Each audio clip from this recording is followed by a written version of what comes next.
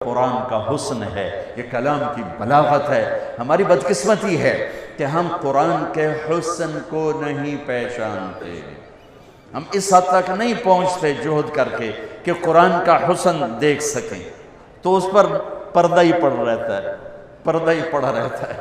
تو یہ ہمارے سارے بچے اور مجھ سمیت ہم ایسے ہیں کہ اللہ نے ہمیں قرآن کے ساتھ جوڑا، حدیث کے ساتھ جوڑا، اس کا احسان ہے، لیکن ہمارے پاس وہ بینائی نہیں جس سے ہم حسن قرآن کو دیکھ سکتے، حسن حدیث کو دیکھ سکتے۔ میرے نبی عبداللہ بن سلام، پہلا دن ہے جمعہ کا، اور میرے نبی بنو سالم کے محلے میں جمعہ کی نماز پڑھانے کے لیے خطبہ دے رہے ہیں، اور وہ آ کر سننا چاہتے ہیں یہ نبی کیا کہتا ہے۔ تو آپ کا ایک جملہ اس میں ہے، اطعموا الطعام وافشوا السلام وصلوا الارحام وصلوا باللیل والناس نیام تدخلوا الجنت بالسلام۔ کیا موسیقی ہے، کیا نغمہ ہے۔ تو عبداللہ بن سلام کہنے لگے یہ کلام صرف نبی کہہ سکتا ہے، اور کسی میں اتنی طاقت نہیں ہے کہ اتنا خوبصورت جامہ پہنا سکے الفاظ کا، یہی سچا نبی ہے۔ چند جملوں میں وہ پہچان گئے کہ یہ فصاحت، یہ کمال صرف نبی کو حاصل ہے، شاعروں کو نہیں ہے۔ سبع معلقہ، 7 بڑے شعراء کا کلام لٹکا ہوا تھا بیت اللہ میں، فیصلہ نہیں ہو رہا تھا کون سا کلام زیادہ فصیح ہے، 7 لٹکا دیے، اس سے بہتر آئے گا تو اس کو لٹکایا جائے گا۔ سال ہا سال گزر گئے، کوئی شاعر ایسا کلام نہیں کہہ سکا کہ ان کو اتارا جاتا۔ 7 شعراء کے قصیدے، اس میں ایک شاعر لبید کو ایمان ملا رضی اللہ تعالی عنہ، باقی 6 کفر میں مر گئے۔ تو جب میرے نبی پر قرآن اترنا شروع ہوا تو ایک اترا، دوسرا، تیسرا، چوتھا، پانچواں، چھٹا، 6 قصیدے اتر گئے کہ یہ کلام بہت طاقتور ہے۔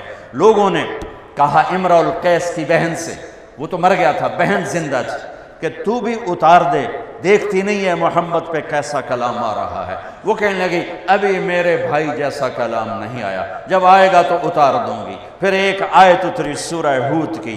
قرآن سارا بہت فصیح ہے، اور پورے قرآن کی افصح آیت فی القرآن، قرآن کی سب سے فصیح آیت 19 الفاظ اور 21 اقسام بلاغت، 19 الفاظ اور 21 اقسام بلاغت۔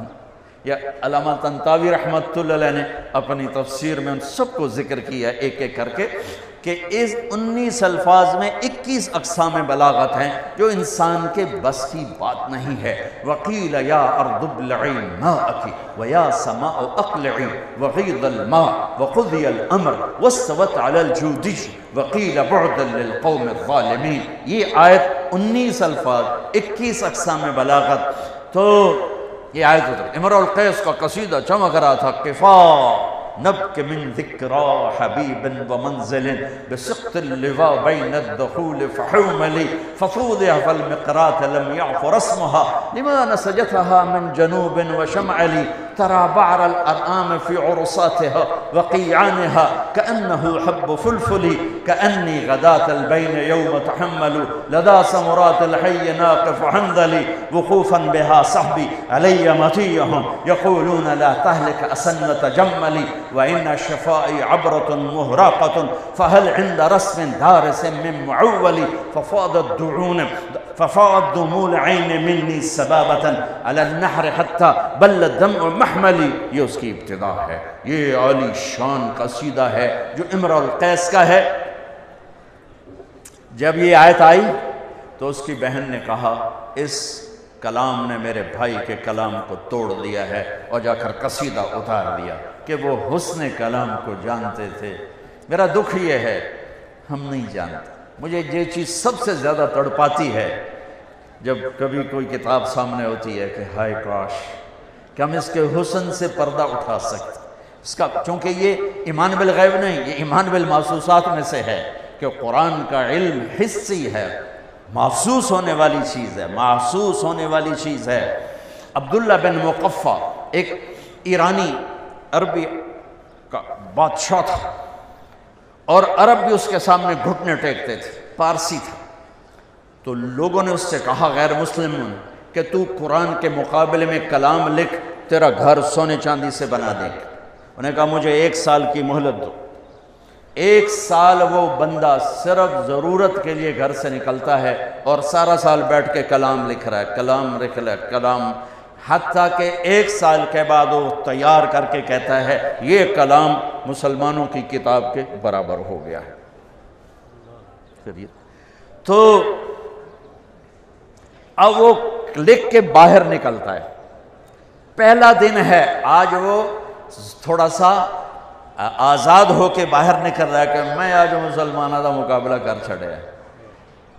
گلی سے گزرتا ہے، گلیاں تنگ ہیں، ایک گلی میں گھر کی کھڑکی کھلی ہوئی ہے اور اس کھڑکی کی طرف منہ کر کے ایک بچی قرآن پڑھ رہی ہے۔ جب اللہ کسی کو ہدایت دیتا ہے، اب یہ یوں گزرا اور یہاں سے اس کو آواز آئی اس بچی کی تلاوت کی، قیل یا ارض ابلعی ماءک ویا سماء اقلعی وغیض الماء وقضی الامر واستوت علی الجودی وقیل بعدا للقوم الظالمین۔ تو ایسے کانپنے لگا، کہنے لگا یا صفا، ہائے مر گیا، میرے 1 سال کی محنت کو یہ چند جملے کھا گئے، یہ چند جملے کھا گئے۔ واپس گیا، پھاڑ کے آگ میں ڈال کے کہنے لگا لا الہ الا اللہ محمد رسول اللہ۔